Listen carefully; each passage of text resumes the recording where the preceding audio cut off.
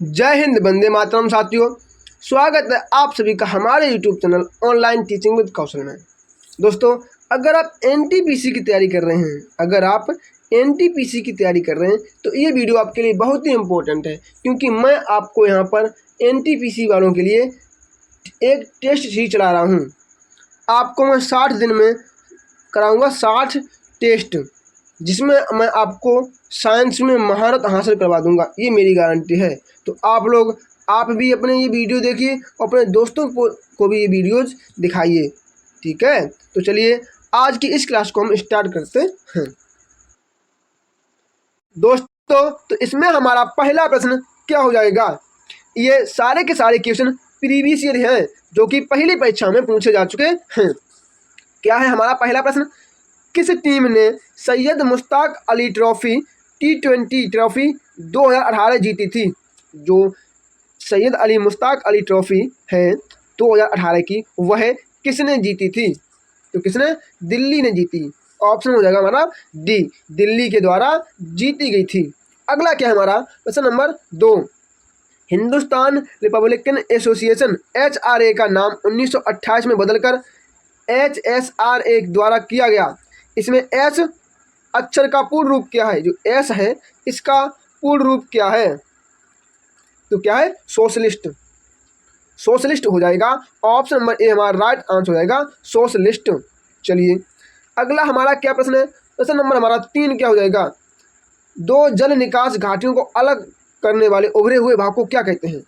जैसे कि दो जल निकास घाटियों को अलग करने वाले उभरे हुए स्थान को क्या कहते हैं? तो क्या कहते हैं? Water divided. वाटर डिवाइडेड कहते हैं। ऑप्शन नंबर बी हमारा राइट आंसर हो जाएगा। अगला क्या है हमारा प्रश्न नंबर 4। किसका उपनाम लोक हितवादी था? मतलब किस व्यक्ति का नाम लोक हितवादी था? तो क्या हो जाएगा? गोपाल हरि देशमुख। गोपाल हरि देशमुख था। चलिए अगला क्या है हमारा प्रश्न नंबर 5। क्या है? संविधान की किस धारा में सर्वोच्च न्यायालय के न्यायाधीश पर महाभियोग का प्रावधान है? संविधान की किस धारा में? यहाँ आर्टिकल नहीं पूछा गया है, यहाँ धारा पूछी गई है कि किस धारा में न्यायाधीश पर महाभियोग चलाया जा सकता है। तो बताइए इसका राइट आंसर क्या हो जाएगा? ऑप्शन नंबर सी या ऑप्शन नंबर डी? बताइए कौन सा? आर्टिकल 124। चलिए अगला क्या है हमारा 6। पोमोलॉजी में किसका अध्ययन होता है? जो पोमोलॉजी है इसमें किसका अध्ययन होता है? पोमोलॉजी में किसका अध्ययन होता है? तो किसका? फलों का अध्ययन पोमोलॉजी में होता है। फलों का अध्ययन पोमोलॉजी में होता है। अगला क्या हमारा? ये पुष्पों का अध्ययन किसके अंतर्गत होता है? तो किसके? एंथ्रोलॉजी। एंथ्रोलॉजी के अंतर्गत होता है। चलिए हमारा अगला प्रश्न क्या है? प्रश्न नंबर 7। निम्नलिखित में से कौन सा मानव में प्रजनन प्रणाली का हिस्सा नहीं है? इनमें से ऐसा कौन सा अंग है जो पुरुष में प्रजनन प्रणाली का हिस्सा नहीं है? तो कौन सा नहीं है? डी नहीं है, डी अंडाशय। अंडाशय महिलाओं में पाया जाता है। कहाँ? यह महिलाओं में पाया जाता है। अगला क्या है हमारा प्रश्न नंबर 8। शुष्क या रेतीली भूमि पर उगने वाले पौधे को क्या कहते हैं? शुष्क या रेतीली भूमि पर उगने वाले पौधे को क्या कहते हैं? तो बताइए क्या कहते हैं? तो क्या? जीरोफाइट कहते हैं। जीरोफाइट कहते हैं। इस प्रकार के प्रश्न एनटीपीसी खूब पूछती है कि पानी में उगने वाले पौधे को क्या कहते हैं, ठीक है। अगला क्या है हमारा प्रश्न नंबर 9 हमारा क्या हो जाएगा? सत्य शोधक समाज की स्थापना किसने की थी? ये जो सत्य शोधक समाज है इसकी स्थापना किसने की थी? तो किसने की थी? ज्योतिबा फूले। ज्योतिबा फूले ने 1873 में इसकी स्थापना की थी।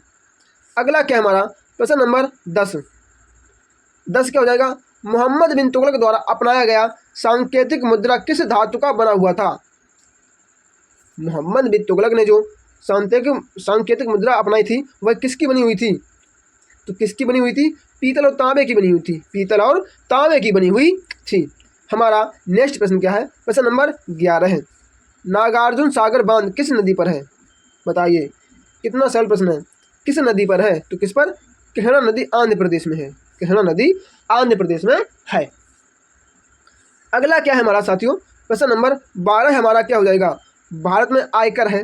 भारत में आयकर कैसा आयकर है, तो भारत में प्रत्यक्ष और अनुपातिक है। कैसा, प्रत्यक्ष और अनुपातिक होता है। तो ऑप्शन में ए हमारा राइट आंसर हो जाएगा। हमारा अगला प्रश्न क्या है, प्रश्न नंबर 13 है, लीलावती प्राचीन भारत का बृहत वृत्तांत किससे संबंधित है। लीलावती प्राचीन भारत का बृहत वृत्तांत किससे संबंधित है, तो ये किससे है, ये है गणित से। गणित, ऑप्शन नंबर सी हमारा राइट आंसर हो जाएगा, गणित। अगला क्या है हमारा, प्रश्न नंबर 14 क्या हो जाएगा, इस्मोनिया किससे संबंधित है। जो इस्मोनिया है इसका संबंध किससे है। प्रश्न नंबर 14 है, तो किससे, अनिद्रा। ये एक बहुत खराब रोग है, अनिद्रा रोग। चलिए अगला क्या है हमारा 15 है, 21वीं सदी का सिल्क रूट किसको कहा जाता है। 21वीं सदी का सिल्क रूट किसे कहा जाता है, तो किसे, भारत और बांग्लादेश के बीच, भारत और बांग्लादेश के बीच रेल कड़ी को किसे, नहीं सॉरी समुद्री कड़ी को, भारत और बांग्लादेश के बीच समुद्री कड़ी को सिल्क रूट कहा जाता था। अगला क्या है हमारा, प्रश्न नंबर 16 क्या हो जाएगा, प्रश्न नंबर हमारा 16 है, क्या हो जाएगा, धातु से बने 4 गिलासों में गर्म कॉफ़ी एक साथ डाली जाती है। चारों गिलासों पर बाहर की ओर भिन्न भिन्न पेंट किया होता है। कुछ समय बाद कॉफ़ी उस गिलास में ठंडी होगी, इसका पेंट। 4 गिलास हैं जिसमें एक साथ गर्म कॉफ़ी डाली जाती है, ठीक है, और उन गिलासों के चारों ओर भिन्न भिन्न कलर की, क्या, भिन्न भिन्न कलर की पेंट कर दी जाती है। तो ये पूछ रहा है कि कौन सी कॉफ़ी जल्दी ठंडी होगी, मतलब किस गिलास की कॉफ़ी जल्दी ठंडी हो जाएगी, तो किसकी होगी, अपरिष्कृत काला, जिसमें काली पेंट की गई होगी उसकी कॉफ़ी जल्दी ठंडी हो जाएगी। अगला क्या है हमारा, प्रश्न नंबर 17 क्या हो जाएगा, एक प्याले में चाय 90 सेंटीग्रेड से 80 सेंटीग्रेड तक ठीक 1 मिनट में ठंडी होती है, तो 70 से 60 सेंटीग्रेड तक ठंडा होने में कितना समय लगेगा, तो कितना, 1 मिनट से अधिक लगेगा, 1 मिनट से अधिक टाइम लग जाएगा। चलिए अगला क्या है हमारा 18, हमें अधिकतम पसीना तब आता है जब वायु का, हमें अधिक पसीना कब आता है, जब वायु का क्या होता है, जब वायु का क्या होता है, जब वायु का तापमान अधिक हो और आर्द्र कम हो। जब वायु का तापमान अधिक हो और वह आर्द्र हो तब हमें पसीना ज़्यादा आता है। चलिए अगला क्या है हमारा, प्रश्न नंबर 19 क्या हो जाएगा, जल का क्वथनांक। जल का क्वथनांक किस पर निर्भर करता है, जल का क्वथनांक किस पर निर्भर करता है, तो साथियों जल का क्वथनांक हमेशा वायुमंडलीय दाब पर निर्भर करता है। किस पर, वायुमंडलीय दाब पर निर्भर करता है। अगला क्या है हमारा, प्रश्न नंबर 20, टेलीविज़न के सिग्नल पर निश्चित दूरी के आगे के स्थानों पर साधारणता प्राप्त नहीं हो पाते हैं, क्योंकि टेलीविज़न के सिग्नल पर एक निश्चित दूरी के आगे स्थानों पर साधारणता प्राप्त नहीं हो सकते। क्या नहीं हो सकते, तो क्या, पृथ्वी की वक्रता के कारण सिग्नल वहाँ नहीं पहुँच पाते हैं, सिग्नल वहाँ नहीं पहुँच पाते हैं। अगला क्या है हमारा, प्रश्न नंबर 21, किसी व्यक्ति द्वारा अपना पूर्ण प्रतिबिंब देखने हेतु समतल दर्पण की न्यूनतम लंबाई, समतल दर्पण की न्यूनतम लंबाई तो क्या हो जाएगी, उस व्यक्ति की लंबाई से आधी होनी चाहिए। अगर आपको अपना पूरा शरीर देखना है तो आपको आपकी आधी लंबाई के बराबर घर में प्रतिबिंब होना चाहिए। अगला क्या है हमारा, प्रश्न नंबर 22, मोटर वाहनों के पीछे का दृश्य देखने हेतु, मोटर वाहनों के पीछे का दृश्य देखने हेतु हम किसका प्रयोग करते हैं, तो किसका करते हैं, उत्तल दर्पण का प्रयोग करते हैं।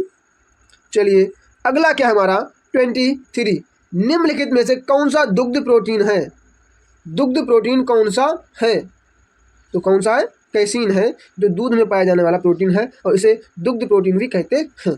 अगला क्या है हमारा 24, आहार नाल के किस भाग में प्रोटीन्स का एमिनो अम्लों में निम्नीकरण होता है। आहार नाल के किस भाग में प्रोटीन्स का अमीनो अम्ल में निम्नीकरण होता है, तो क्या हो जाएगा, छोटी आंत। छोटी आंत हमारा राइट आंसर हो जाएगा। अगला क्या है हमारा प्रश्न नंबर 25, मनुष्य के शरीर में निष्क्रिय अंगों का समूह है, निष्क्रिय अंगों का समूह कौन सा है, तो कौन? निमेशक पटल, कृषि रूप परिशेषिका, कर्ण पेशियाँ, कॉक्सी अस्थि। ऑप्शन नंबर सी हो जाएगा हमारा राइट आंसर। अगला क्या है? 26, पुनरुद्भवन होता है। रीजनरेशन किसमें होती है? रीजनरेशन किसमें मिलता है? तो किसमें? प्लेनेरिया में मिलता है। प्लेनेरिया में रीजनरेशन मिलता है। इसके बाद हमारा अगला प्रश्न क्या हो जाएगा? प्रश्न नंबर 27। 27 हमारा प्रश्न कहाँ है? ये रहा प्रश्न नंबर 27। पृथ्वी की पपड़ी में विशुद्ध रूप में पाया जाने वाली धातु है, तो कौन सी है? प्लेटिनम पाई जाती है। प्लेटिनम पाई जाती है। अगला क्या है हमारा? 28, क्लोरोमाइसिटिन क्या है? ये क्या है? तो ये एक प्रतिजीविक है, प्रतिजैविक है। अगला क्या है हमारा? प्रश्न नंबर 29 क्या हो जाएगा? ऑक्सीकरण वह प्रक्रिया है जिसमें, ऑक्सीकरण वह प्रक्रिया है जिसमें इलेक्ट्रॉनों की हानि होती है, इलेक्ट्रॉनों को त्याग देता है। अगला क्या है हमारा? प्रश्न नंबर 30 क्या हो जाएगा? लॉन्ड्री साबुन क्या है? ये लॉन्ड्री साबुन है। ये कैसा साबुन है? तो कैसा है ये प्राकृतिक स्रोतों के उच्चतर वसा अम्लों के सोडियम लवणों का मिश्रण है। ऑप्शन नंबर ए हमारा राइट आंसर हो जाएगा। अगला क्या है हमारा? प्रश्न नंबर 31 क्या हो जाएगा? हाल ही में किन्हें गोवा के नए मुख्यमंत्री, पुराना प्रश्न है, तो कौन? जगदीश मुखी नहीं होंगे, प्रमोद सावंत होंगे। अगला क्या है? 32, अंटार्कटिका की सर्वोच्च चोटी विंसन मौसिक को फतह करने वाली दुनिया की पहली दिव्यांग महिला कौन है? जो अंटार्कटिका की सबसे ऊंची चोटी है विंसन, इसे फतह करने वाली दुनिया की पहली दिव्यांग महिला का नाम बताइए। तो कौन है? अरुणिमा सिन्हा। अगला क्या है हमारा? प्रश्न नंबर 33, हाल ही में संपन्न भारत ऑस्ट्रेलिया टेस्ट सीरीज श्रृंखला में भारत ने 2-1 से जीत दर्ज कर गावस्कर बॉर्डर ट्रॉफी पर पुनः कब्जा कर लिया है। इस श्रृंखला में मैन ऑफ द मैच किसे मिला था? बताइए, मैन ऑफ द मैच किसे मिला था उस समय? तो किसे? चेतेश्वर पुजारा। अगला क्या है हमारा? प्रश्न नंबर 34, मरणोपरांत कुलदीप नैयर को पद्म भूषण से सम्मानित किया गया। इनका संबंध किससे था? कुलदीप नैयर किससे था? साहित्य और शिक्षा से, साहित्य और शिक्षा से इनका संबंध था। अगला क्या है हमारा? प्रश्न नंबर 35, केंद्रीय मंत्रिमंडल ने ट्रेड यूनियनों को मान्यता देने के लिए किस अधिनियम में संशोधन हाल ही में मंजूरी दी है? तो क्या हो जाएगा? 35 का हो जाएगा डी, ट्रेड अधिनियम 1926। अगला क्या है हमारा? प्रश्न नंबर 36, निम्नलिखित में से किसे हाल ही में ग्लोबल टीचर प्राइज से सम्मानित किया गया? ग्लोबल टीचर प्राइज किसे दिया गया? तो किसे दिया गया? पीटर ताबजी को दिया गया। अगला क्या है? 37, निम्नलिखित में से किस स्वदेशी तोप को हाल ही में भारतीय सेना में शामिल किया गया? स्वदेशी तोप का नाम बताइए। तो कौन सी है? धनुष, धनुष। अगला क्या है हमारा? प्रश्न नंबर 38, भारत विश्व आर्थिक forum global energy transition index 2019 में किस स्थान पर रहा? किस स्थान पर रहा? 38 का एक हो जाएगा, 76वें स्थान पर रहा। अगला हमारा प्रश्न क्या हो जाएगा? प्रश्न नंबर 40। ये प्रश्न नंबर 40 है। इसका आंसर आप सभी लोग मुझे मेरे कमेंट बॉक्स में कमेंट करके जरूर बताएंगे और बताएंगे कि आपको आज की ये क्लास कैसी लगी है। साथियों, अगर आपने अभी तक वीडियो को लाइक नहीं किया है तो वीडियो को लाइक करना बिल्कुल भी ना भूलें और चैनल को सब्सक्राइब तो ध्यान से कर लें और अपने दोस्तों के पास भी शेयर कर दें और बता दें कि एक ऐसा चैनल है जिस पर हमें डेली प्रीवियस ईयर क्वेश्चन कराए जा रहे हैं जो कि हमारे लिए बहुत ही इंपॉर्टेंट हैं। तो बुला के लाइए अपने दोस्तों को भी, ठीक है? तो चलिए मिलते हैं अपनी अगली क्लास में। तब तक के लिए जय श्री राम, राधे राधे।